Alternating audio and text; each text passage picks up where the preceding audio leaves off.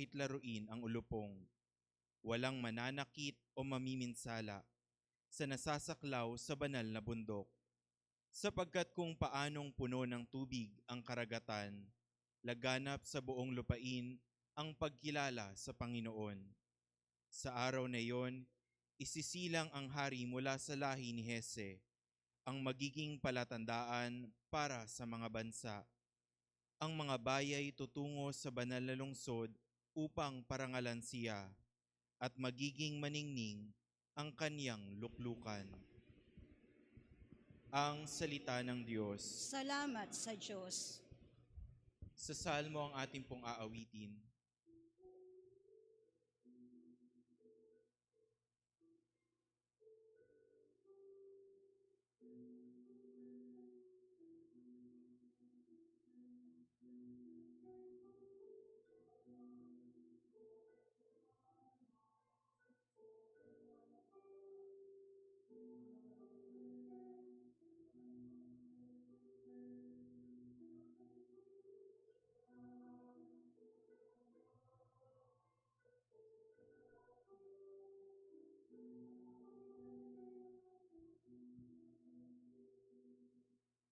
Turuan mo iyong haring humatol ng katuwiran.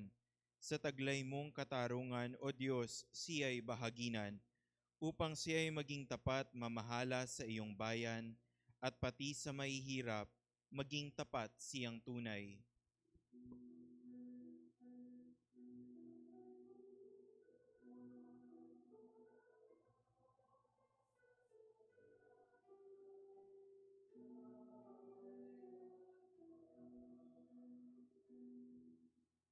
Yaong buhay na matuwid sa kaniyang kapanahunan, madama ng bansa niya at umunlad habang buhay.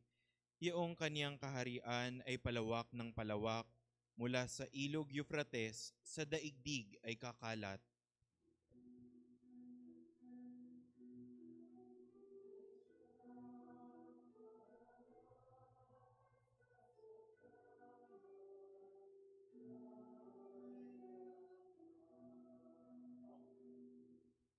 Kanya namang inililigtas ang sinumang tumatawag, lalo yaong nalimot ng mga taong mahihirap. Sa ganitong mga tao, siya'y lubhang nahahabag sa kanilang tumutulong upang sila'y maligtas.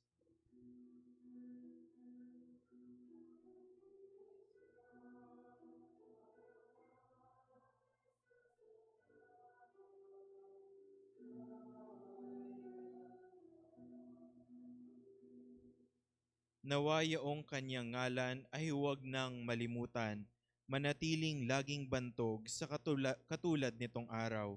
Nawa siya ay purihin ng lahat ng bansa, at sa Diyos silang lahat dumadalangin. Hari nawa, pagpalain kaming lahat, tulad niyang pinagpala.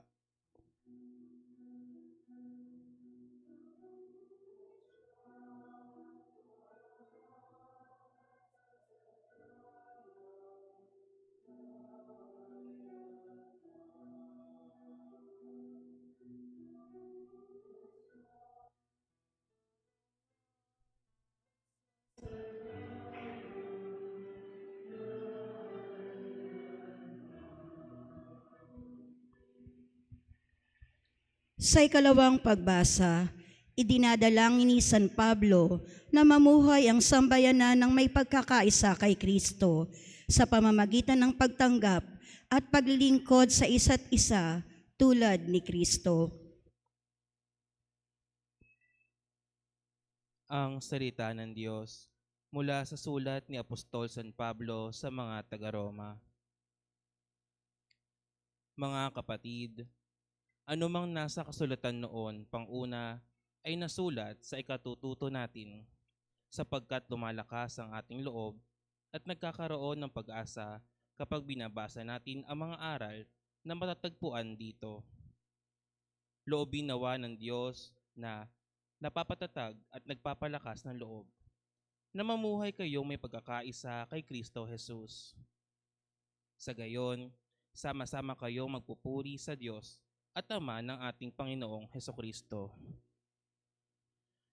Kung paanong kayo'y malugod at tinanggap ni Kristo ngayon, Gayon din ang gawin ninyo sa isa't isa upang maparangalan ninyo ang Diyos. Sinasabi ko sa inyo, si Kristo'y naging lingkod ng mga Hudyo upang ipakilala na tapat ang Diyos at tinutupad ang mga pangako niya sa mga patriarka.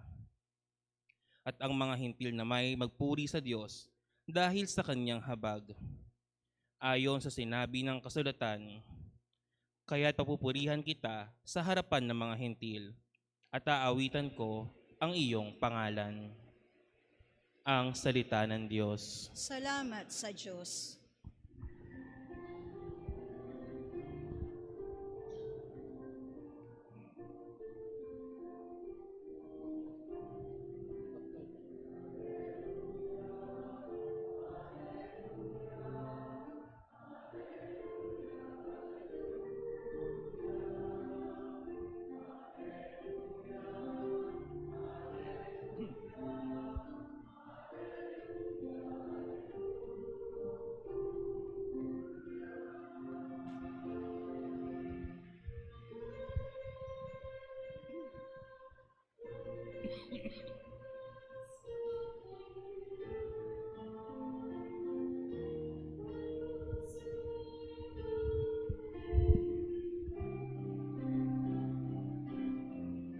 Hallelujah, hallelujah, hallelujah, hallelujah, hallelujah, hallelujah, hallelujah, hallelujah.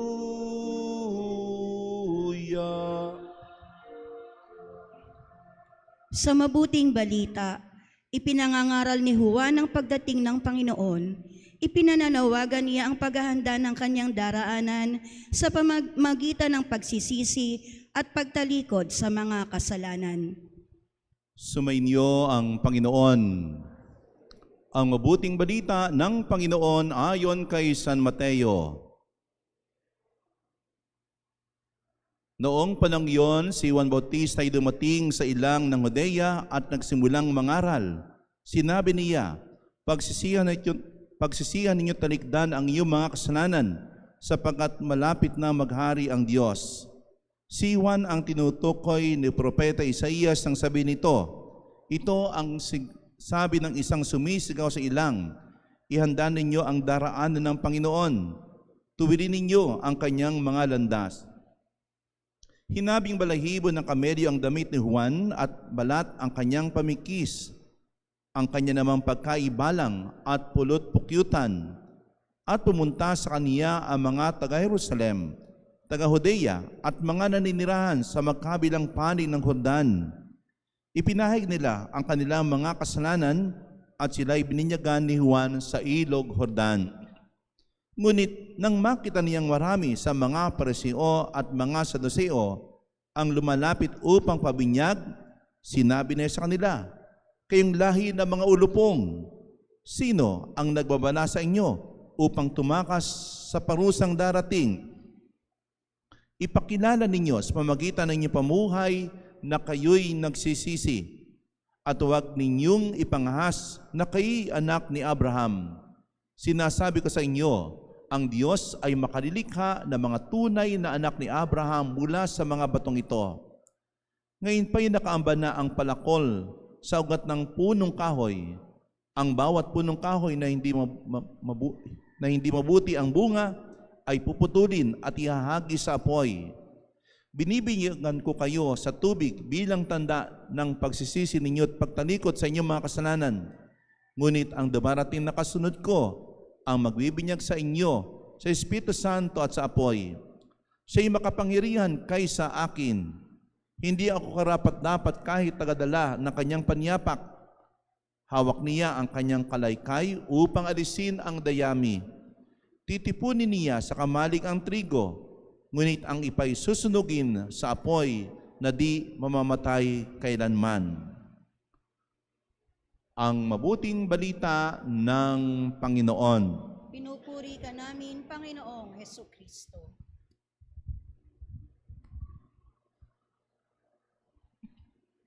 Magandang umaga po sa inyo lahat. Salamat sa pagkakataong ito at malakas ang inyong pagtugon.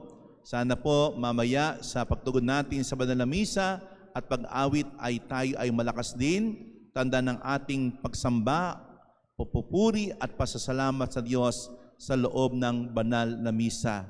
Pinapaalala po yung tinatawag natin na full and active participation natin sa banal na misang ito. At ano po ba sasabi sa atin ng ating ebanghelyo sa linggong ito? Sa seminaryo po, pagtungtong po ng 8 o'clock, ay meron po kami kung tawagin ay night prayer. Meron po kami dinadasal sa breviary kung tawagin namin. At pagkaroon po ng pagdarasal na ito, ay binabasa po ang ebanghelyo na babasahin para sa araw ng bukas o ang gospel para sa kinabukasan. Pagkaroon po ng dasal na iyon, kung tawagin na night prayer at pagbasa ng gospel for tomorrow's reading, ay kung tawagin na po ay Magnum Silentium. Hindi po ice cream yun. Yun po yung salitang Latin, ibig sabihin ay Great Silence. At hanggang kailan po tatagal ang Great Silence? Hanggang sa makakain ng umagahan o ng agahan. So kung kami ay nagmimisa ng 6:30 ng umaga, matapos halimbawa ng alas 7 yon, pagkaraan kakain, so mga alas 7:30 hanggang alas 7:45, tahimik kaming kumakain. Kahit na ang tunog ng kubyertos sa plato ay hindi dapat na papakinggan. Bakit? Tahimik nga po. Ngayon, bakit po pinatatahimik? Iyon po ay paghahanda at pagninilay ng salita ng Diyos na babasahin nga po sa araw ng kinabukasan sa misa. So magmula sa gabi hanggang sa umaga, ito isang uri pa rin ng paghahanda para sa banal na misa. Bakit? Kasi po sa atin, sanay tayo na bago magmisa, meron tayong nadidinig na pagdarasal ng Santo Rosario. Aba, Ginoong Maria, napuno ka ng grasya, ang Panginoon Diyos ay sumasa iyo.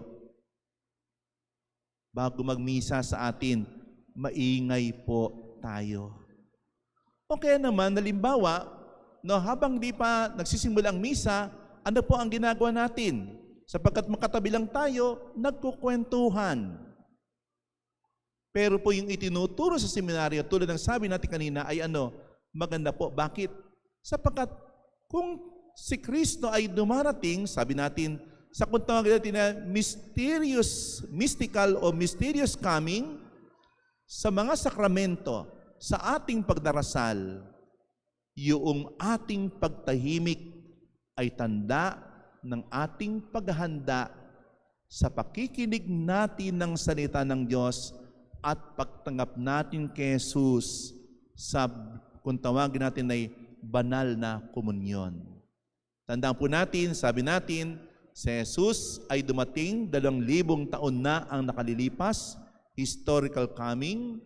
Si Jesus ay dumarating sa bawat pagdiriwang, no, lalo tigit sa mga sakramento at pagdarasal, no, yung mystical o mysterious coming, at yung tinatawag natin na si Jesus ay darating sa wakas ng panahon, yung tinatawag natin na final coming o second coming of Christ. Ngayon, sa Ebanghelyo, no, tayo ay nangiyahan ni San Juan Bautista kung ano ang dapat nating gawin na paghahanda. Sa kanyang muling pagbabalik, sa kanyang pagdating, ang inaanyayahan tayo na maghanda. At ang paghahanda na ito ay hindi lamang sa darating siya, kundi sa bawat sandali ng ating buhay. At ano ang gagawin nating paghahanda? Sabi dito, pagsisihan ninyo't talikdan ang inyong mga kasalanan. Pangkaraniwan po, sabi nga po sa atin, sa Pilipinas ang may pinakamahabang selebrasyon ng Pasko. Bakit? Pagtuntong pa lang ng ber, September 1, no? Alas 12, impunto. Nadidinig na, Pasko na, sinta ko. Ayan. Marinig natin dito sa ating mga radyo. Nagpapatugtog na ng pamasko. Ganon din naman sa mga mall, makita natin na talagang yung mga Christmas light, yung mga Christmas decor, yung mga Christmas tree yan, nandoon na. Na tandaan po natin, itong mga ito ay hindi lamang palamuti. Bagamat ito'y palamuti, pero ito'y mayroong itinuturo sa atin. Hindi po ba sa pagsiset up natin ng Christmas tree, ano po yung pinakahuling inilalagay natin kapag nagsiset up tayo ng Christmas tree? Yung star sa ibabaw. At yun hanggat maaari ay pinaiilaw natin. Siguro magandang tanong sino ba yung star? O sino ba ang dapat na maging star? Walang iba kundi ang ating Panginoong Yesus. Sino ba yung liwanag na nilalagay natin sa star o sa parol? Walang iba kundi ang ating Panginoong Yesus. Kaya nga, maging ito'y mga palamuti o dekorasyon, ang mga dekorasyon na ito ay dapat ay nagtuturo sa atin na ang ating isipan at kalooban ay ang makita natin, ang maging focus natin ay walang iba kundi si Kristo. Sapagkat si Kristo ang darating, sapagkat si Kristo ang ating inaantay sa makatuwid bilang tanda ng pagdating ng ating Panginoon. Sa Ebanghelyo, ang paanyaya ni San Juan Bautista ay ang ating paghahanda, ay ihanda natin ang ating kalooban sa pamamagitan ng kanyang paanyaya ng sabi, pagsisihan ninyo at talikdan ang inyong mga kasalanan. Bakit? Sapagkat huwag nawang maging panlabas ang ating ay maging paghahanda sa pagdating ng tagapagligtas. Si Pope Francis, nag-invite po siya nung siya nabubuhay na magkaroon daw po tayo ng mga Belen sa ating mga paaralan, sa ating mga government establishment o center, sa ating mga mall, sa ating simbahan, maging sa ating tahanan. Nung pumalili kami, meron po kaming nakalagay sa dingding, Merry Christmas, Happy New Year. Karton po iyon. Sa ilalim po noon, meron ding karton na Belen, yung ditiklop. Kung natatandaan niyo po iyon. Pero siyempre po, sa tagal ng panahon, wala na po yung Belen na iyon. Pero bakit iniingganya tayo na makaroon ng Belen sa ating mga tahanan? Sapagkat ang Belen, ipinapahagi at pinapakita kung sino ang nasa sentro nito. Walang iba kundi ang ating Panginoong Yesus. At sa Belen, ang tinitingnan natin ay walang iba kundi ang ating Panginoong Yesus. Kaya nga tayo ay pagdiriwang ng Pasko ay dahil sa ating Panginoong Yesus. At tingnan natin kung ano ang ginawa ng ating Panginoong Yesus na kung saan siya ay Diyos na nagkatawang tao upang tayo ay kanyang iligtas. Siguro magandang tanong, sa panahong ito po ba, yun po ba ang ating isipan at kalooban ng ating bang focus ay nasa sentro pa ba ng Belen? O baka po katulad po nito, sa susunod na ilang araw na laang, sapagkat at 7 po ngayon, sa 15, simbang gabi na. Kumbaga may countdown na para sa Pasko. Ang tanong, meron na po ba kayo 500 para sa inyong pang Noche Buena? Kasya po ba yung 500 ninyo para sa inyong Noche Buena? Sapagkat ang sabi doon kasya na po daw yun sa isang pamilya na may 4 na miyembro. May nagpatunay na po ata niya, nakabili ng mga gamit, pero kulang ata ng karne. Para sa spaghetti. Yung giniling na karne para sa spaghetti. Kaya hindi na po kasya yung 500. Pero tulad ng sabi sa atin, baka ang ating isipan at kalooban, sa halip na nakapokus sa pagdating ni Kristo, kay Kristo, baka ang ating isipan at kalooban ay nakapokus sa ating Noche buena. Siyempre, hindi pa ho kayo bibili ngayon. Malibang ayaw nyo na sumabay sa Christmas rush kung tawagin natin. No? Sapagkat kuminsan, yung iba bumibili ng, yung po bang bispiras ng Pasko. Kaya puno ang mga palengke sa bispiras ng Pasko. No? Pero tulad ng sabi sa atin, hindi po dapat ng ating isipan at kalooban, tanda ng ating paghahanda ay mapokus sa ating mga pagkain, sa ating mga palamuti at dekorasyon, kundi dapat mapokus ang ating isipan at kalooban kay Kristo na darating, na dumating at dumarating. Sa ating Ebanghelyo, sabi po dito, yung marami sa mga Pariseo at mga Saduseo ay nakita ni Juan Bautista na papalapit sa kanya para magpabinyag. Sabi po ni Juan Bautista ganito, kayong mga lahi ng ulupong, sino ang nagbabala sa inyo upang tumakas sa parusang darating? Parang kahit si Juan Bautista, parang ating Panginoon, parang ayaw niya sa mga Pariseo at mga Saduseo. Kung ang Panginoon ginamit niya salitang mga mapagpaimbabaw, si Juan Bautista ginamit niya salitang lahi ng ulupong. Bakit?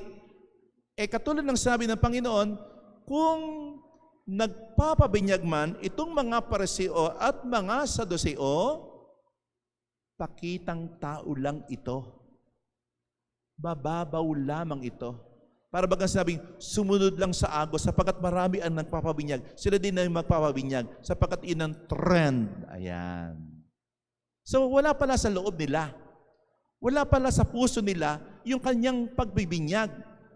Yung po palang kanilang pagkabinyag ay hindi po tanda ng kanilang pagsisisi at pagtalikod sa kanilang mga kasalanan.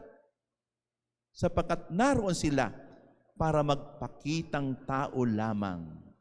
Ito din po yung paanyay sa atin sa pagkakataong ito, na hindi lang sana hanggang palamuti, hindi lang sana hanggang pangpalabas o palabas, yung ating ginagawang pag-antay sa pagdating ng Panginoon, kundi lalo tigit sa lahat, ang dapat nating ihanda ay ang ating kalooban at yan ay magagawa natin sa pamamagitan ng sinasabi sa atin at paanyay sa atin ni Juan Bautista, ang pagsisisi at pagtalikod sa ating mga kasalanan. Bakit? Sapagkat ang tatanggapin natin ay walang iba kundi ang ating Panginoong Jesus. Bukas po ay December 8, legal holiday po sa ating bansa. Walang pasok sa opisina. Tama po ba? Salamat sa mga marahil Katoliko mambabatas. Dati naman po, hindi naman po ito legal holiday eh. Pero bakit po kaya ito ginawang legal holiday? Ano po ang dahilan? Bakit ito ginawang legal holiday? Ano po sa palagay ninyo?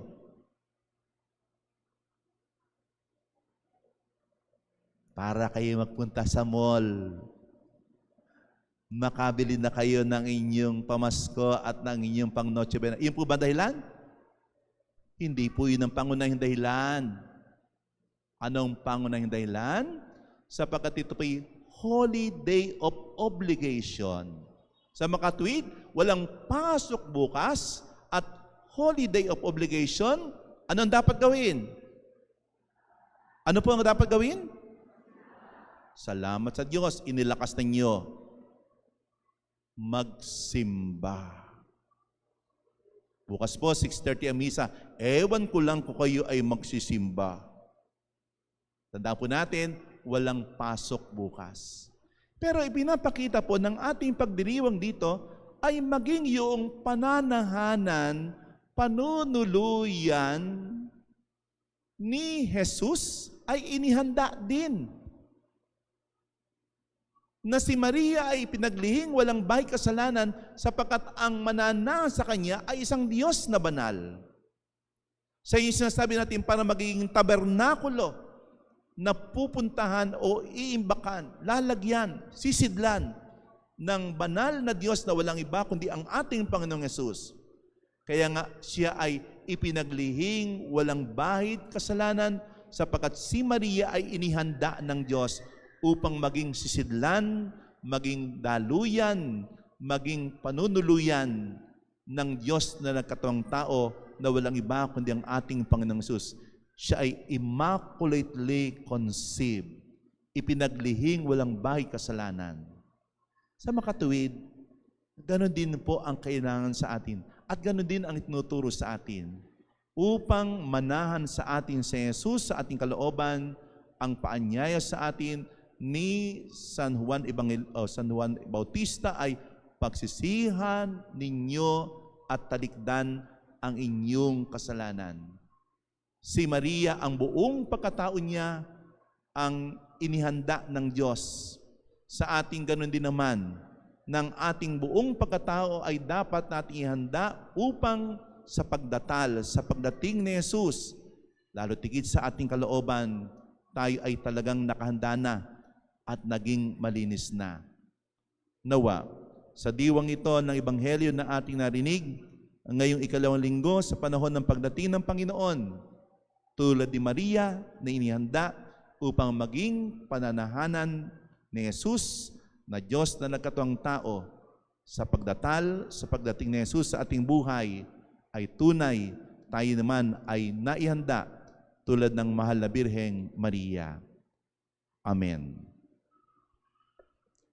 Dasalin po natin ang Nicene Creed.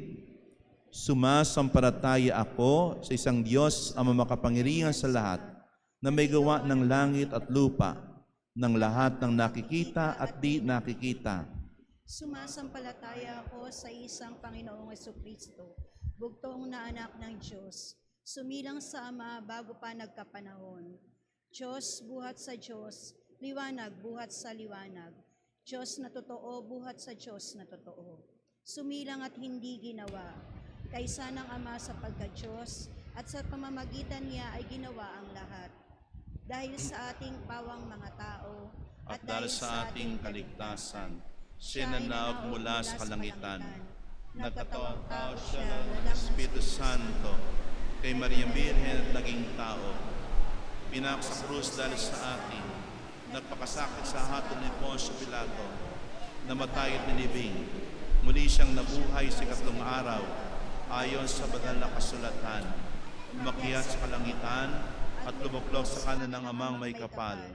Parito siyang muli na may dakilang kapangyarihan upang hukuman ang mga buhay at mga patay. Sumasampalataya ako sa Espiritu Santo, Panginoon nagbibigay buhay, na nanggagaling sa Ama at sa Anak. Sinasamba siya at pinararangalan, kaysa ng Ama at ng Anak. Nagsalita siya sa pamamagitan ng mga propeta. Sumasampalataya ako sa isang banal na simbahang katolika at apostolika, gayon din sa isang binyag, sa ikapagpapatawad ng mga kasalanan, at iniintay ko muling pagkabuhay na ng matay, at ang buhay na wala hanggan. Amen. Sa Diyos na di nagmamaliw, halinang dumalangin upang maging handa tayo sa lahat ng sandali. Ating pong isama, Panginoon, maging handa nawa kami sa iyong pagdating. Ulitin po nating lahat. Panginoon, maging handa nawa kami sa iyong pagdating. Upang pangunahan ng simbahan at ng mga namumuno rito ang pamayanan sa pagsisikap na ihanda parati ang bayan sa pagdating ng manunubos.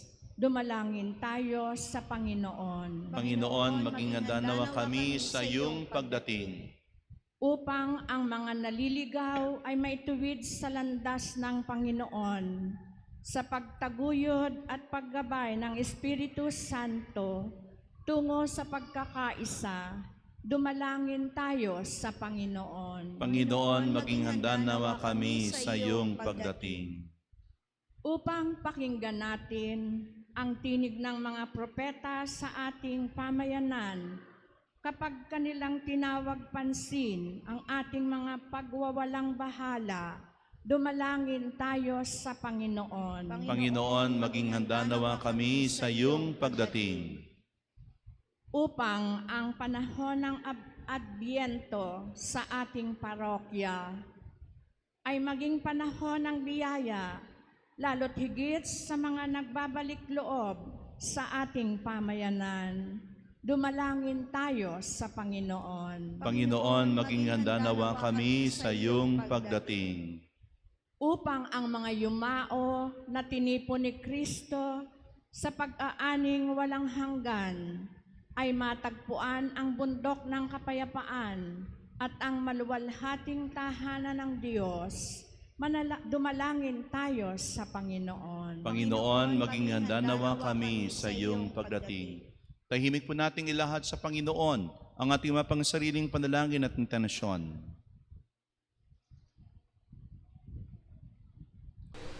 Amang mawain, dinggin ang aming panalangin.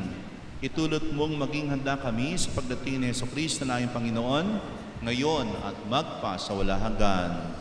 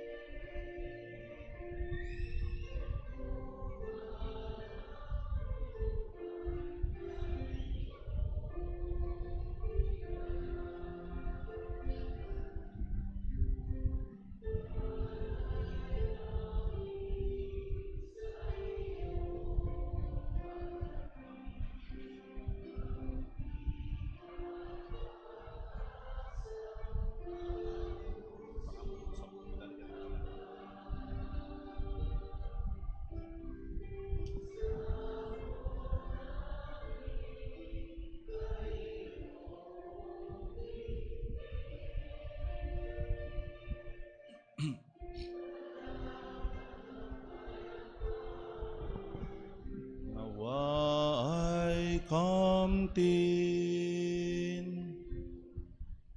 Manalangin kayo mga kapatid, upang ang paghahain natin ay kalugdan ng Diyos sa mga makapangyarihan. Tanggapin nawa ng Panginoon itong paghahain sa iyong mga kamay, sa kapurihan niya at karangalan, sa ating kapakinabangan at sa buong sambayanan niyang banal. Ama namin lumikha, kalugdan mo ang aming mga panalangin at alay, sa anumang kakulangan ng aming abang nakayanan, naway ang pag-ibig mo ang magbigay kapupunan. Sa pamamagitan ni Jesucristo kasama ng Espiritu Santo, magpa sa walang hanggan. Sumainyo ang Panginoon. Itaas sa Diyos ang inyong puso at diwa. Pasalamatan natin ang Panginoong ating Diyos. Ama namin makapangyarihan, tunay ang marapat kay aming pasalamatan sa pamamagitan ni Jesucristo na aming Panginoon. Siya'y sinugo mo upang matupad ang iyong magandang balak para sa lahat. Hindi niya kinaya mamuhay ng mahirap upang mapakisama niya kaming matapat. Siya'y naghindi na iba sa amin upang may tampok niya kami sa iyong piling. Sa kanya lantarang muling pagdating, ang pakikisama niya ay puspusang magniningning at ang pangako niyang kapanapanabik ay inasa namin lubos na makakamit. Kaya kaisa ng mga anghel na nagsisiawit ng papuri sa nawalang humpay sa kalangitan, kami nagbubuni sa iyong kadakilaan.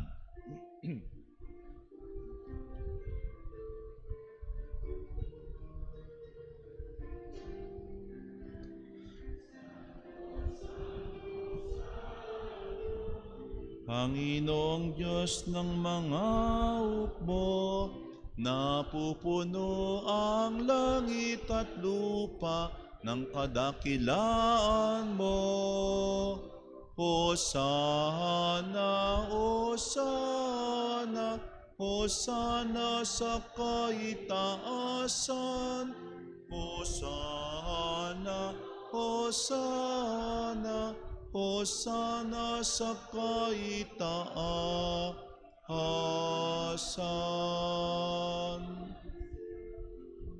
Pinagpalang na paririto sa ngalan ng Panginoon. Hosana, Hosana, Hosana sa kaitaasan. Hosana, Hosana sa kaitaasan.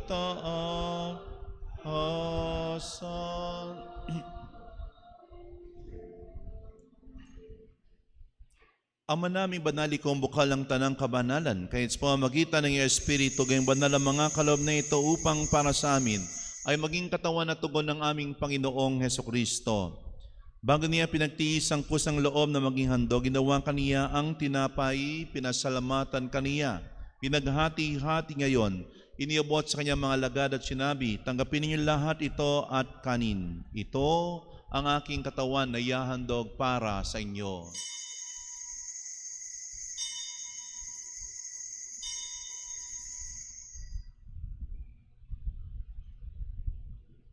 Ngayon din naman ang matapos ang hapunan, ninawakan niyang kanis, muli kaniyang pinasalamatan, iniabot niyang kanis sa kanyang mga lagad at sinabi, tanggapin ninyo lahat ito at inumin. Ito ang kanis ng aking dugo ng bago at wala hanggang tipan. Ang aking dugo na ibubuhos para sa inyo at para sa lahat, sa kapagkapatawad ng mga kasalanan. Gawin niyo ito sa pag-alaala sa akin.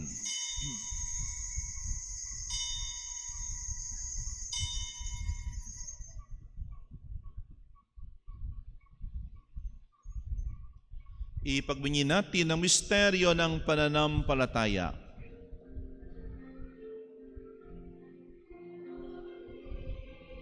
Pinahayag na namatay ang iyong anak, nabuhay bilang Mesiyas at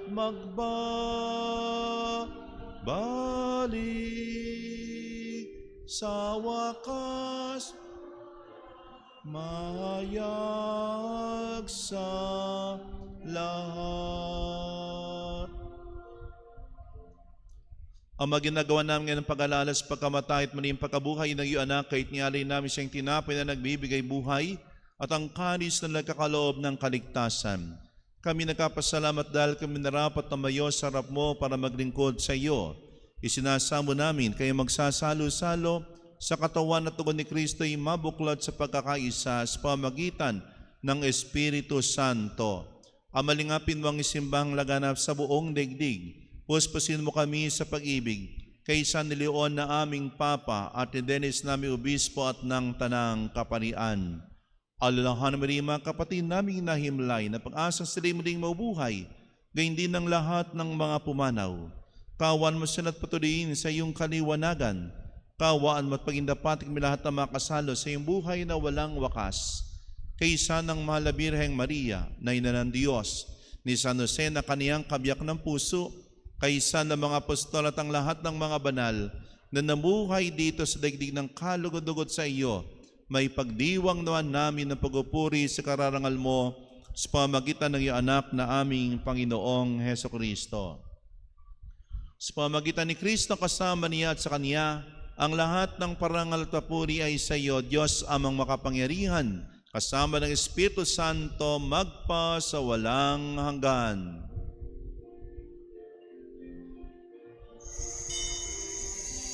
Amen. Amen.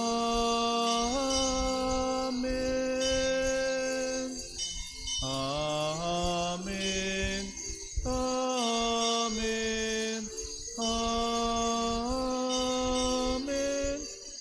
Amen. Amen.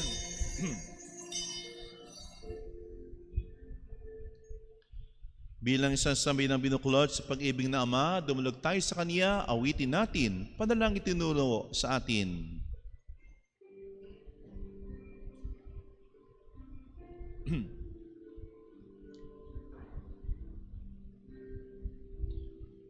Ama namin, sumasalangit ka, sambahin ang ngalan mo, mapasa amin ang kaharian mo, sundin ang loob mo, dito sa lupa para nang sa langit. Bigyan mo kami ngayon ng aming kakanin sa araw-araw at patawarin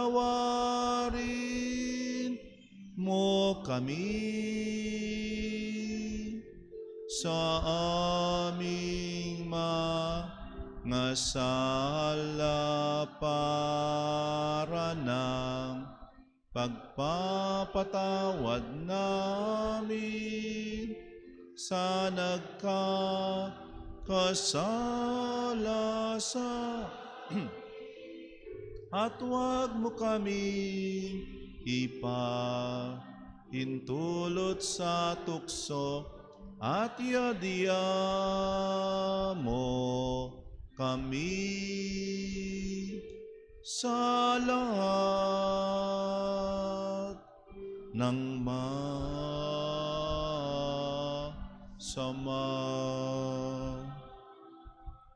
Hiniling namin kami adya sa lahat ng masama, pagkalooban ng kapayapaan na araw-araw, iligtas sa kasalanan at iliyos sa lahat ng kapahamakan. Samantalang aming pinanabikan dakilang araw ng pagpapahayag ng tagapagligtas naming si Hesukristo. Sapagkat iyo ang kaharian at ang kapayarian at ang kapurihan magpakailanman. Amen. Panginoong Jesucristo, sinama si mga apostol, kapayapaan ang iniiwan ko sa inyong aking kapayapaan ang binibigay ko sa inyo. Tungay mong aming pananampalataya at huwag ang aming mga pagkakasala. Pagkalooban mo kami ng kapayapaan at pagkakaisa ayon sa iyong kalooban, kasama ng Espiritu Santo magpa sa wala hanggan. Amen. Ang kapayapaan ng Panginoon ay laging sumainyo. At sumayo rin. Magbigay po tayo ng kapayapaan sa isa't isa. Peace be with you.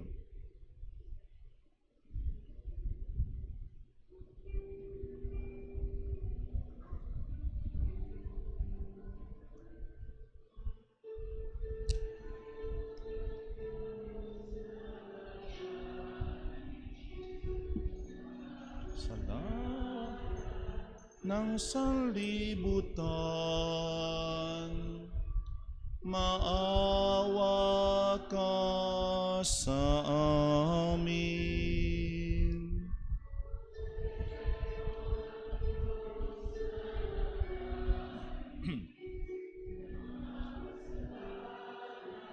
Ng sanlibutan, maawa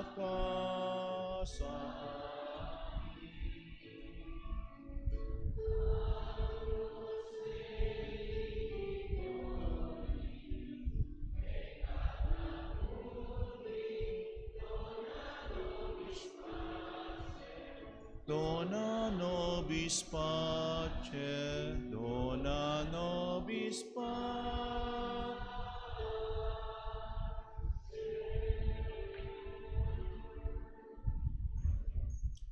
Narito si Kristo, ang kordero ng Diyos na nagari sa mga kasalanan sa libutan. Mapalad tayo na ina niya dumulog sa kanyang banal na piging.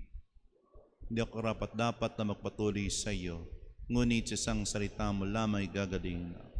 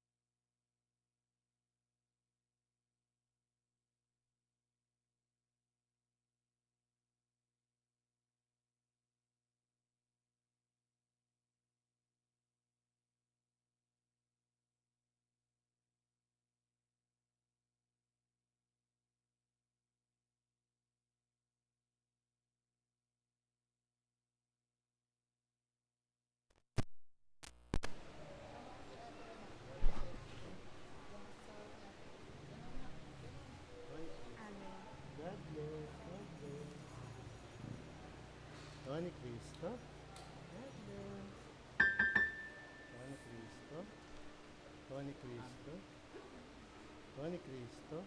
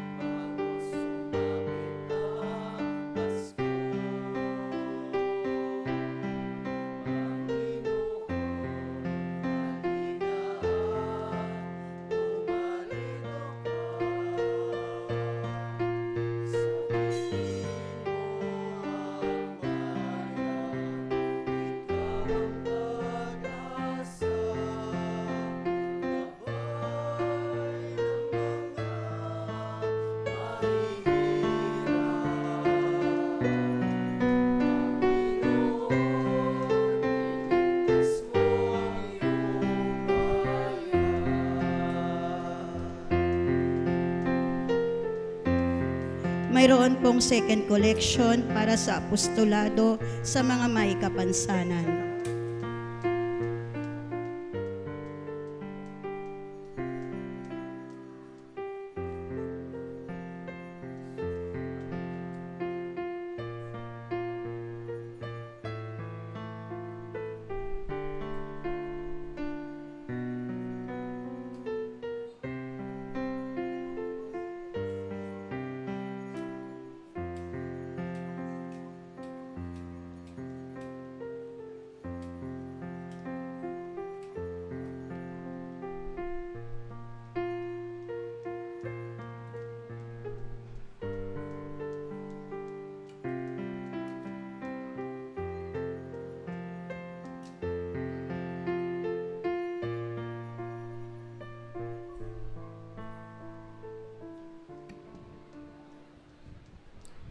Manalangin tayo.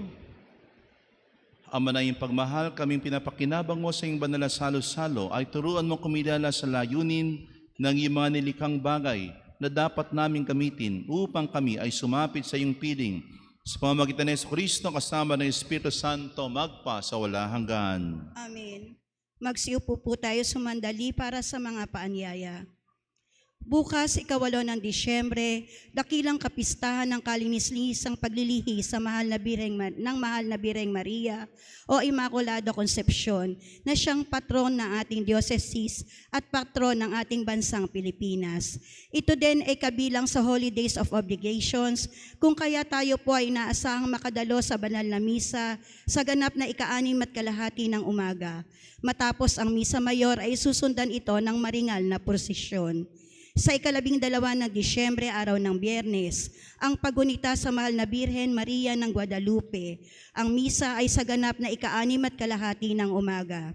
Sa 15 ng Disyembre, araw ng Lunes, sa ganap na 6 ng gabi ay ang Veni Veni Emmanuel na programa kaugnay ng Christmas Carol at Christmas Decorations Lighting sa loob ng simbahan sa pangunguna ng Music Ministry at ang Committee on Liturgical Environment.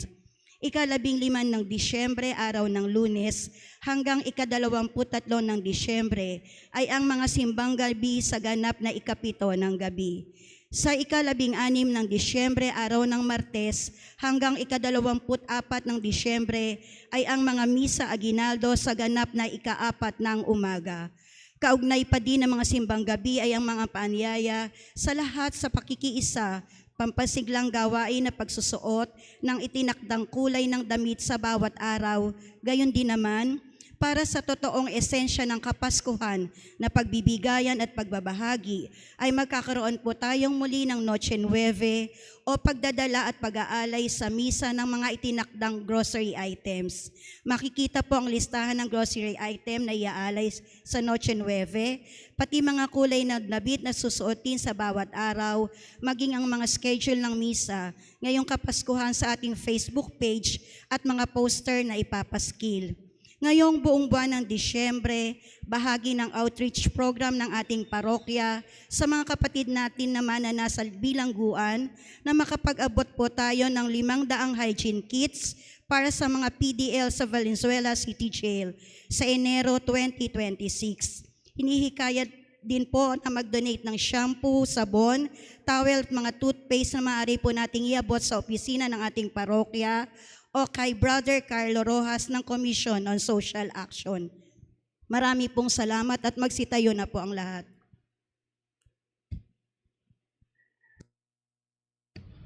Maraming salamat po sa inyong pakikiisa sa ating banal na misa sa araw at sa oras na ito.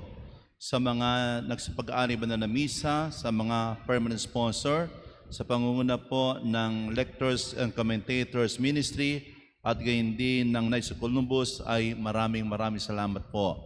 Isang taus-pusong pasalamat din po ang pinabot natin sa lahat ng mga tumulong at nakiisa upang magkaroon ng kaganapan ang ating proyekto sa gilid ng ating simbahan ng ating pagpapabubong nito. Ang kailangan na lang po natin ay ang mga upuan at ang screen para po yung nagaganap dito ay makita din sa labas at ganoon din po ng mga wall fan. 4 na wall pa ng ating kinakailangan upang sa ganoon ay maging maayos na po ang ating bubong doon po sa gilid at magamit po natin lalo tigit sa darating na simbang gabi. Muli po, isang taos-pusong pasalamat ang aming ipinaabot sa inyong walang sawang pagtulong para sa proyekto at mga programa ng ating parokya. Sumainyo ang Panginoon. Mangyaring iyo ko ang ating ulo para sa maringal na pagabasbas. Ang makapangyarihang Diyos Ama, ng bugtong na anak na naparito na noon at inihintay natin, bumalik ngayon ay siya nawang sa inyo'y magpabanal, pakundangan sa liwanag ng kanyang pagdating at siya ring nawang pumuspo sa inyo ng pagkapala ngayon at magpa sa wala hanggan. Patatagin nawa niya kayo sa pananampalataya, paligayahin sa pag-asa at pakilusin sa pag-ibig na puspos ng sigla ngayon at magpa sa wala hanggan. Kayong nagagalak sa pagdating na nagkatawang taong manunubos, ay puspusin nawa niya ng gantimpalang buhay na di matatapos kapag siya'y dumating na may kadakilang lubos magpa sa wala hanggan. Pagpalain kayo na makapangyarihang Diyos Ama at ng Anak at ng Espiritu Santo. Humayo kayo sa kapayapaan at maging handa parati sa pagdating ng Panginoon. Salamat sa Diyos.